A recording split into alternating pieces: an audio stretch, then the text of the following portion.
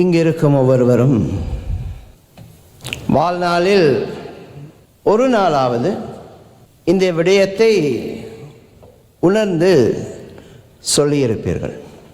ஒவ்வொரு வருடமும் நாம் அதை செய்கின்றோம். ஆனால் ஒரு நாளாவது அதை உணர்ந்து ஆழமான விசுவாசத்தோடு, ஆழமான கன்விக்ஷன், உணர்வோடு செய்திருப்பீர்கள். ஞானஸ்நானம் பெறும் பொழுது அந்த குழந்தையின் நிமித்தம் ஞான பெற்றோரிடம், ஞான தாய் தந்தை, அதே போல பெற்றோர் தாய் தந்தையிடம் குருவானவர் கேட்பார். நான் ஷோர்ட்டாக சொல்லிடுறேன். ஒரே கடவுளை விசுவசிக்கின்றீர்களா? ஒரே கடவுளை விசுவசிக்கின்றீர்களா? ஒரே கடவுளை விசுவசிக்கின்றீர்களா? இப்போ நான் வீட்டுக்கு போயிருக்கும் பொழுது நண்பர்கள் தான் இதை சொல்லுவாங்க.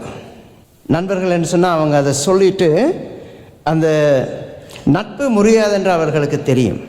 ஆனால் இந்த பிறந்தநாள் சாப்பாடெல்லாம் முடிஞ்ச பிறகு நம்ம ஒரு மேசையில் இருக்கும் பொழுது எனது பாலிய நண்பன் வந்து இன்னொரு நண்பன்கிட்ட சொல்கிறான், இவர்கிட்ட பூசைக்கு போனால் ரொம்ப கஷ்டம், சர்மன் மட்டும் 1/2 hour சொல்லுவார். அப்போ நான் சொன்னேன், ஏப்பா உங்களுக்கே தெரியும், நீங்கள் சாதாரணமாக இருக்கணும்.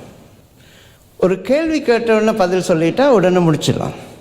ஒரே கேள்வியை நான் 4 தரம் கேட்டு தான் நீங்கள் பதில் சொல்லுவீங்கன்னு சொன்னால் யார் தப்பு? ஆனால் நீங்கள் உண்மையில் குருவானவர்களோட ரொம்பலாம் டீப்பாக போகாதுங்க. அட்லீஸ்ட் அந்த அளவுக்காவது நட்பு இருக்கணும்.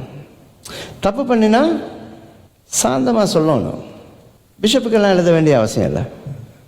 என்னட்டு வந்து சொல்லலாம், அதை இப்படி இருக்கு அப்படி இருக்கு, அது எனக்கு பிடிக்கல, அதுக்காக நான் மாறுவேன்னு சொல்லலை. சரியா? ஒரே கடவுளை விசுவசிக்கின்றீர்களா? இன்னும் கன்வின்சிங் இல்லை. அவரது ஒரே மகனை விசுவசிக்கின்றீர்களா? ஏன் அவருக்கு மட்டும் எவ்வளவு? அவர்கள் இருவரிடமிருந்து நம்மிடம் வரும் தூய ஆவியை விசுவசிக்கின்றீர்களா? இது பரவாயில்ல. இன்று நாங்கள் திருத்துவத்தின் திருவிழாவை கொண்டாடுகின்றோம். திருத்துவத்தின் திருவிழாவை கொண்டாடும் பொழுது அனைத்து குருக்களும் ஏதோ நமக்கு திருத்துவத்தை பற்றி நல்லா தெரியும், திருத்துவத்தின் இறையியலை நாங்கள் தெரிந்து வைத்திருக்கின்றோம் அப்படி என்று சொல்லி உங்களை கன்வின்ஸ் பண்ணுற அளவுக்கு பிரசங்கம் வைப்பாங்க. ஆனால் முழுமையாக திருத்துவத்தை பற்றி லியோ திருத்தந்தை கூட தெரிந்து வைத்திருக்க வாய்ப்பில்லை ராஜா, வாய்ப்பில்லை. அதனால தான் அதை நாங்கள் மறை உண்மை என்று சொல்கின்றோம். மிஸ்டரி, மறை உண்மை. மறை உண்மையை நான் அனுபவிக்கலாமே தவிர அதை நான் முழுமையாக புரிந்து கொள்ள முடியாது, உணர்ந்து கொள்ள முடியாது. ஒரு கிளிம்ஸ். நான் எப்பொழுது இறைவனை, திருத்துவத்தை முழுமையாக அணிந்து கொள்கின்றேனோ அப்போ நான் செத்து போயிருப்பேன். என்ன சொன்னால் அப்போ தான் நான் அவரோடு ஒன்றித்திருப்பேன். ஆனால் மக்கள்கிட்ட பாருங்கள், நம்ம சொல்கிறோம் விசுவாசிக்கிறோம் விசுவாசிக்கிறோம் விசுவாசிக்கின்றோம். வாழ்வின் முடிவில் நிலை வாழ்வை விசுவாசிக்கின்றீர்களா? விசுவாசிக்கின்றோம் சொல்லுவாங்க இல்லையா? ஆனால் சாவை பற்றி பேசுனா ஐயோ ஏன் ஃபாதர் இப்படியா நான் பேசுகிறீங்க? சாகிறதுக்கு நம்ம பயம் என்னன்னு சொன்னால் நமது இறை தந்தையை, இறை மகனை, பரிசுத்த ஆவியின் வல்லமையை நாங்கள் சம்பூர்ணமாக முழுமையாக புரிந்து கொள்ளவில்லை. புரிந்து கொண்டால் இப்போ பொட்டுன்னு விழுந்தா கூட ரொம்ப சந்தோஷமாக உயிர் போகும். அதுக்கு வாழ்க்கை கொஞ்சம் நல்லா, கொஞ்சமாவது இருக்கணும் நல்லா. அப்படியா? இன்றைய வாசகம் மிகவும் ஒரு சரளமாக இயேசு உன்னதமான ஒரு உண்மையை சொல்கின்றார். திருப்பி போய் வாசிச்சு பாருங்க. திருத்துவத்தின் நாளில் நாங்கள் எந்த வாசகத்தை எடுத்து வைத்திருக்கின்றோம்? அதுக்கும் திருத்துவத்துக்கும் எந்த சம்பந்தம் இல்லாதது போல இருக்கும். ஆனால் திருத்துவத்தின் நாளில் நாங்கள் இந்த ஒரு சரளமான, மிகவும் எளிமையான ஒரு வாசகத்தை எடுத்து வைத்திருக்கின்றோம். 3:16 நான் அடிக்கடி சொல்லேன், யோவான் 3:16. யோவான் நற்செய்தியின் மையம். மையம் என்று சொன்னால் வேற எல்லாம் யோசிக்கக்கூடாது. அவருடைய மையம் இப்போ தான் வந்தது. மையம் என்று சொன்னால் சென்டர். யோவான் நற்செய்தியின் மையம் எப்படி இருக்குன்னு சொன்னால், தமது ஒரே மகன் மீது விசுவாசம் கொள்ளும் எவரும் அழியாமல் நிலை வாழ்வு பெறும் பொருட்டு அந்த மகனையே அழிக்கும் அளவிற்கு இல்லை, கொடுக்கும் அளவிற்கு இறைவன் உலகின் மீது அன்பு கூர்ந்தார். அமேசிங், மிகவும் அருமையான ஒரு வாசகம். எம்மீது இறைவன் எவ்வளவு தூரம் அன்பு வைத்திருக்கின்றார் என்று சொன்னால், இயேசுவை நமக்கு தரும் அளவிற்கு. இந்த தமிழ் இருக்குல்ல, கொஞ்சம் குளறுபடியான ஒரு பாஷை, ஒரு மொழி. இந்த லீனா போட்டிங்கன்னு சொன்னால் கொடுப்பது, மற்ற லீனா போட்டிங்கன்னு சொன்னால் அழிப்பது. நம்ம அவரை அழித்தோம், அது வேற விஷயம். நம்ம இல்லை, அது யூதர்கள். சரி, அப்படியே வச்சுக்கொள்ளுமே. யூதர்கள் அந்த காலத்தில் அவரை அழித்தார்களா? விதை திருப்பி முளைத்து வரும், எம்மூலமாக வர வேண்டும். இயேசுவை நமக்கு கொடுக்கும் அளவிற்கு அவரை கொடுத்து எவ்வளவு தூரம் இறைவன் இந்த உலகை மேன்மைப்படுத்துகின்றார் என்று பார்ப்போம். பழைய ஏற்பாட்டில் இறைவன் ஒரு மட்டுப்படுத்தப்பட்ட இறைவன். இதை ரொம்ப நீங்கள் குறுகிய கண்ணோட்டத்தில் பார்க்க வேணாம், விரிவான கண்ணோட்டத்தில் பார்க்கணும். இறைவன் ஒரு மட்டுப்படுத்தப்பட்ட இறைவன். எப்படின்னு சொன்னால், சட்டத்திற்கு மட்டுப்பட்ட இறைவனாக அவர்கள் பார்த்தார்கள். நாம் பாவிக்கிற வசனத்தை நீங்கள் நல்லா கூர்ந்து கவனிக்க வேண்டும். சட்டத்திற்கு மட்டுப்பட்ட இறைவனாக அவர்கள் பார்த்தார்கள் யூதர்கள். பாவம் செய்தால் தண்டனை இருக்கும், நன்மை செய்தால் ஆசீர்வாதம் இருக்கும். அப்படிப்பட்ட இறைவனை பார்க்கின்றார்கள். அப்போ அந்த இறைவனை அவர்கள் சட்டத்திற்கு கட்டுப்படுத்துகின்றார்கள். இந்த திருத்துவத்தை நம்ம கட்டுப்படுத்துறது போல. கத்தோலிக்க திருச்சபையில் ஒரு உன்னதம் என்னன்னு சொன்னால், நிறைய சுருவங்கள் வைத்து நம்ம இறைவனை போற்றுவோம். சுருவத்தை வழிபடுறதில்ல, இறைவனை போற்றுவதற்கு நம்ம சுருவங்களை வைத்து அதை இறைவனை ஞாபகப்படுத்துவோம், புனிதர்களை ஞாபகப்படுத்துவோம். ஒரு சில வாரங்களுக்கு முன்பு ஒரு நண்பனோடு பேசிகிட்டு இருக்கும் பொழுது அவர் சொன்னார், ஒரு சுருவம் வாங்கணும். நான் சொன்னேன், வாங்க போகலாம், எனக்கு 20% டிஸ்கவுண்ட் இருக்குது, வாங்க போகலாம். கூட்டிகிட்டு போனேன். அப்போ அவர் சுருவத்தை வாங்கும் பொழுது நான் சொன்னேன், இந்த 12 அங்குல சுருவம் நல்லா இருக்கு, வேணாம் ஃபாதர், 8 தான் வேணும். ஏங்க 8 கேட்குறீங்க, 12 நல்லா இருக்கு, பார்க்க நல்லா இருக்கு. இல்லை ஃபாதர், 8 தான் வேணும். முடியாத பட்சத்தில் நான் கேட்டேன், நீங்கள் சரியாக சொல்லாட்டி எதுக்கு 8 தான் வேணும்னு சொன்னால் நான் வாங்கி கொடுக்க போகிறதில்ல. அப்போ சொன்னாங்க, இந்த ஓல்டருக்கு இந்த 8 தான் சரியாக ஃபிட் ஆகும். சுருவத்துக்காக ஓல்டரா, அந்த ஓல்டருக்காக சுருவமா? நம்ம என்ன செய்கிறோம், நம்ம ஒரு விசுவாசத்தை வைத்திருக்கின்றோம், ஒரு எதிர்பார்ப்பை வைத்திருக்கின்றோம். ஏற்கனவே ஒரு இறைவனுக்காக நாங்கள் ஒரு பீடத்தை அமைத்து வைத்திருக்கின்றோம். அந்த பீடத்திற்குள் உலகை படைத்த இறைவன், எல்லாம் வல்ல இறைவனை நாங்கள் கொண்டு வந்து அடக்க முற்படுகின்றோம். அவர் அடங்க மாட்டார். நாம் இறைவனுக்காக மாற வேண்டும். ஆனால் இறைவனும் தெரிந்து வைத்திருக்கின்றார், மனிதர்களை மாற்றுவது மிகவும் கஷ்டம். நீங்கள் பாவம் செய்தால் தண்டனை நிச்சயம் என்று ஒரு புள்ளி வரும் பொழுது, அந்த கட்டளையையும் இறைவன் தான் கொடுத்திருக்கின்றார். அந்த கட்டளை நல்லதென்று இறைவன் கண்டார், அதனால் அதை மாற்றப் போவதில்லை. அப்படியானால் அந்த கட்டளையை மீறுபவர்களுக்கு தண்டனையில் இருந்து தப்ப என்ன செய்யலாம்? கட்டளையை கொடுப்பது தந்தை. திருத்துவத்தின் முதலாம் ஆளாகிய இறைவன் தந்தை கட்டளையை கொடுக்கின்றார். அந்த கட்டளையை மாற்றவும் முடியாது. 10 கட்டளை மாற்ற முடியாது, தெரியும்ல? நமது திருச்சபையில் 2 வகையான கட்டளை இருக்கின்றது. ஒன்று 10 கட்டளைகள் டிவைன் ஒரிஜின், இறைவனால் கொடுக்கப்பட்டது, மாற்ற முடியாது. இல்லை, மோகம் பாவம் செய்யாதிருப்பாயாக, எனக்கு பிடிக்கல, மாற்றிடும். முடியுமா? முடியாது. கட்டளையை மாற்ற முடியாது. ஆனால் இறை அன்பு எப்படிப்பட்டது என்று சொன்னால், நீங்கள் கட்டளைகளை மீறினால் அதிலிருந்து உங்களை காப்பதற்காக இறைவன் தன்னில் ஒரு பகுதியை மன்னிப்பாக நமக்கு கொடுக்கின்றார். இறை இயேசுவை அந்த மன்னிப்பின் அடையாளமாக இறைவன் கொடுக்கின்றார். நீங்கள் பார்த்தீங்கன்னு சொன்னால், கிறிஸ்தவர்களாகிய உங்களுக்கு அன்புமிக்க சகோதர சகோதரிகளே, இதை நீங்கள் புரிந்து கொண்டால் கிறிஸ்தவம் எவ்வளவு உன்னதம் என்பதை நீங்கள் புரிந்து கொண்டால் வாழ்க்கை மிகவும் மகிழ்ச்சியானதாக இருக்கும். இறைவன் கட்டளையை கொடுக்கின்றார் தந்தை, நாங்கள் அந்த கட்டளைகளை மீறுகின்றோம், அதற்காக நம்மால் எதுவும் செய்ய முடியாது. இறைவன் தன் மகனை அனுப்புகின்றார். அந்த மகன் சொல்கின்றார், உலகிற்கு தண்டனை தீர்ப்பு அளிக்க அல்ல, தனது மகன் வழியாக அந்த உலகை மீட்கவே கடவுள் அவரை உலகிற்கு அளித்தார், அனுப்பினார், கொடுத்தார். அப்போ இயேசு வந்ததற்கு காரணம் என்ன? ரொம்ப லாங் ஆன்சர் நான் எதிர்பார்க்க மாட்டேன். தேங்க்யூ. இயேசு வந்ததற்கு காரணம் நம்மை மீட்பதற்கும், இறைவன் நம்மை பாவத்திலிருந்து மீட்கும் அளவிற்கு நம் மீது அன்பு காட்டுகின்றார் என்பதை நமக்கு சொல்வதற்கும் தான் இயேசு வருகின்றார். நம்மை எவ்வாறு இறைவன் மீட்கின்றார்?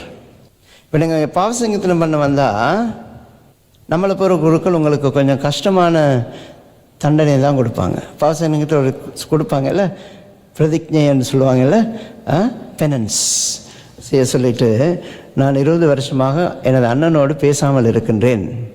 பழைய ஃபாதர்ஸ்ன்னு சொன்னால் ஒரு 10 அருள் நினைந்து மரியாதை சொல்லிட்டு போங்கன்னு சொல்லிடுவாங்க. சந்தோஷமாக நம்மளும் 15 சொல்லுவேன்னு சொல்லிட்டு ஆசையாக சொல்லிட்டு போவோம். ஆனால் இப்போல்லாம் என்ன சொல்லுவாங்க? அருள் நினைந்த மரியாதை 10 சொல்லுங்கள், அதோடு சேர்த்து அண்ணனோட போய் பேசுங்க. சில பேர் திருப்பி வருவாங்க, ஐயோ ஃபாதர் அன்றைக்கு சொன்னதை செய்ய முடியலை, இப்போ கொஞ்சம் லீனியனாக இருப்பாங்க என்று நினைப்பாங்க. சொன்னால் அதை திருப்பி போய் சேர்ந்துட்டு வாங்கன்னு சொல்லுவேன். எப்படி நமக்கு தண்டனையிலிருந்து நமக்கு எவ்வாறு இயேசு விடுதலை கொடுக்கின்றார் என்று சொன்னால், பாருங்கள் எவ்வளவு கஷ்டமான விஷயம், எவ்வளவு கஷ்டமான விஷயம், ரொம்ப கஷ்டம். உலகிற்கு தண்டனை தீர்ப்பளிக்கல்ல, தம் மகன் வழியாக அதை மீட்கவே கடவுள் அவரை இந்த உலகிற்கு அனுப்பினார். இதை நம்ம புரிஞ்சு கொண்டால் வாழ்க்கை ரொம்ப அழகானதாக இருக்கும். இதுதான் கிறிஸ்தவம். அதனால தான் நான் இவ்வளவு நேரம் இருக்கிறேன். இதுதான் கிறிஸ்தவம், இதுக்கு மேலே கிறிஸ்தவம் இல்லை. கடவுள் அவரை உலகிற்கு அனுப்பினார். எப்படி அந்த மீட்பு கிடைக்கின்றது? ஒரே லைன், ஒரு வரி, அவர் மீது விசுவாசம் கொள்வோர் தண்டனை தீர்ப்புக்கு ஆளாவது இல்லை. புஸ்தகத்தை பூட்டிட்டு போயிடலாம். தண்டனை தீர்ப்பிலிருந்து தப்புவதெப்படி, மோட்சத்தை நமது உரிமையாக்குவதெப்படி? கிறிஸ்தவம் மிகவும் சரளம், கிறிஸ்தவம் மிகவும் எளிமை.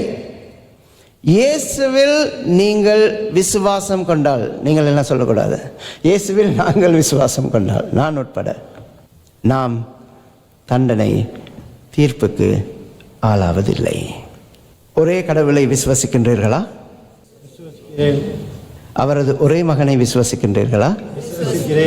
உங்களுக்கு தண்டனை தீர்ப்பு கிடைக்காது. நீங்கள் கான்ஃபிடெண்ட்டாக வேற எங்கேயும் கான்ஃபிடென்ட் வச்சுருக்காதுங்க. இங்கே சொல்கிறேன், கான்ஃபிடெண்ட்டாக வீட்டுக்கு போங்க. நீங்கள் கிறிஸ்தவர்கள் தண்டனை தீர்ப்புக்கு ஆளாவது இல்லை. ஒரே மகனில் நீங்கள் விசுவாசம் கொண்டார். இப்போ 2 பேரை தான் பார்த்துருக்குறோம் இல்லையா? தந்தை படைத்து கட்டளைகளை கொடுத்து நம்ம கொஞ்சம் கஷ்டப்படுத்துகிறார். அந்த கஷ்டத்திலிருந்து நமக்கு இறைமகன் விடுதலை அளிக்கின்றார். ஆனால் அதை புரிந்து கொள்ளும் வல்லமை எந்த கிறிஸ்தவர்களுக்கும் இல்லை. அதுதான் நிதர்சனமான உண்மை. அதை புரிந்து கொள்ளும், விசுவசிக்கும், அதை ஏற்றுக்கொள்ளும் வல்லமை நமக்கில்லை. என்னன்னு சொன்னால், நம்ம அந்த ஆல்டரை வச்சுக்கொண்டு அதுக்கு ஏற்ற மாதிரி கடவுளை சின்னதாக்க பார்க்குறோம். கடவுளின் அன்பு மிகவும் விசாலமானது. நம்ம பீடத்தில் அவரால் வர முடியாது. அவர் மிகவும் விசாலமானவர். அதை நம்மளால் புரிஞ்சு கொள்ள முடியாது. அதனால் நாம் புரிந்து கொள்ளும் அளவிற்கு நமக்கு அதை கற்பிக்க இறைவன் தனது ஞானத்தை அனுப்புகின்றார். இறைவன் தனது ஞானத்தை அனுப்புகின்றார். அதுதான் பரிசுத்த ஆவி. விழுந்தாலும் இறைவன் என்னை எழுப்புவார் என்ற அந்த நம்பிக்கை, விசுவாசம், பரிசுத்த ஆவி அவன் நமக்கு அந்த ஞானத்தை கொடுக்கின்றார். திருத்துவம் என்பது கிறிஸ்துவில் அன்புமிக்க சகோதர சகோதரர்களே, படைத்த இறைவனுக்கு ஒரு கட்டுப்பாடு இருக்கின்றது. அவரது கட்டளைகளை நாங்கள் கடைபிடித்தாக வேண்டும். ஆனால் நம்மளால் முடியாது. அந்த கட்டுப்பாட்டிலிருந்து நம்மை விடுவிப்பதற்காக இயேசுவை கொடுக்கின்றார். அந்த இயேசுவின் உன்னதமான அன்பை புரிந்து கொள்ளும் அளவிற்கு இன்று வரை நமக்கு ஞானம் பத்தாது. அதனால் நமக்கு அந்த ஞானத்தை கொடுக்க பரிசுத்த ஆவியை இறைவன் நமக்கு அளிக்கின்றார். இப்போ வெளியே போனோன்னா மக்கள் கேட்பாங்க, அப்போ பரிசுத்த ஆவி, இயேசு, இறைவன் நீங்கள் சொன்னது தானா? இல்லை, நான் சொல்ல எத்தனைப்பது. இறைவன் என்னை படைத்து பாதுகாத்து வழிநடத்துகின்றார் என்பதை நான் உணர்ந்திருக்கின்றேன். மிகவும் இக்கட்டான காலத்தில், மிகவும் கஷ்டமான காலத்தில் இதிலிருந்து விடுதலை பெற முடியாது என்று எனது நினைவில், எனது எண்ணம் வரும் காலத்தில் இறைவன் என்னை பாதுகாத்திருக்கின்றார் என்பதை நான் உணர்ந்திருக்கின்றேன். அதே நேரத்தில் அந்த இறைவனின் நம்பிக்கைக்கு, இறைவனின் விசுவாசத்திற்கு, இறைவனின் உடனிருப்பிற்கு, இறைவனின் கட்டளைக்கு நான் விசுவாசமற்றவனாக இருந்ததையும் நான் உணர்ந்திருக்கின்றேன். அப்படி இருந்தும் என்னை ஒரு குருவாக இறைவன் அழைத்திருக்கின்றார் என்ற தாழ்ச்சியும் எனக்கு கிடைத்திருக்கின்றது. ஆனால் அதை வாழ்வதற்கு ஏற்ற ஞானத்தை பரிசுத்த ஆவி எனக்கு கொடுக்க முனைகின்றார் என்பதையும் நான் உணர்ந்திருக்கின்றேன்.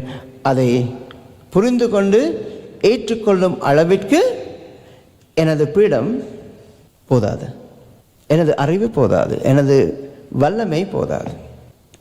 அதனால் நாம் இறை ஆசிரை ஒவ்வொரு நாளும் வேண்டி நிற்கின்றோம். ஒவ்வொரு முறையும் நாங்கள் தந்தை, மகன், தூய ஆவி செபிக்கும் பொழுது படைத்த இறைவனுக்கு நன்றி செலுத்துகின்றோம். நமக்கு மன்னிப்பு கொடுத்து மீண்டும் இறை அன்பில், உறவில் நம்மை அழைக்கும் இறைவனுக்கு நன்றி செலுத்துகின்றோம். அந்த இறைவனின் உன்னதமான ஆழமான அன்பை புரிந்து கொள்ள பரிசுத்த ஆவி நமக்கு கொடுக்கும் அந்த ஞானத்திற்கு நாங்கள் நன்றி செலுத்துகின்றோம். இதுதான் நான் உணர்ந்த, நான் உங்களுக்கு கொடுக்க விளைகின்ற திருத்துவம். ஆனால் இதுதான் திருத்துவத்தின் முதன்மையான அல்லது முழுமையான விளக்கமா? இல்லை. அது உங்கள் ஒவ்வொருவருக்கும் வாழ்வின் அனுபவத்தில் வர வேண்டும். அதை நீங்கள் இறைவனிடம் கேட்க வேண்டும். தந்தை யார், மகன் யார், பரிசுத்த ஆவி யார் என்பதை நாங்கள் உணர்ந்து கொண்டு வாழ்ந்தால் நிச்சயமாக நமது வாழ்வு மகிழ்ச்சியான வாழ்வாக இருக்கும். பீடம் செய்யுங்க, வச்சிருங்க, பரவாயில்ல. ஆனால் இறைவன் அதற்கும் அப்பால் பட்டவர். சில வேளைகளில் அதிலிருந்து வெளியே வருமாறு நம்மை இறைவன் அழைக்கலாம். அழைக்கும் பொழுது இறைவனுக்கு நாங்கள் ஆம் என்று சொல்லி ஒரு பதில் கொடுக்கும் வல்லமையை நாங்கள் இறைவனிடம் வேண்டி நிற்போம்.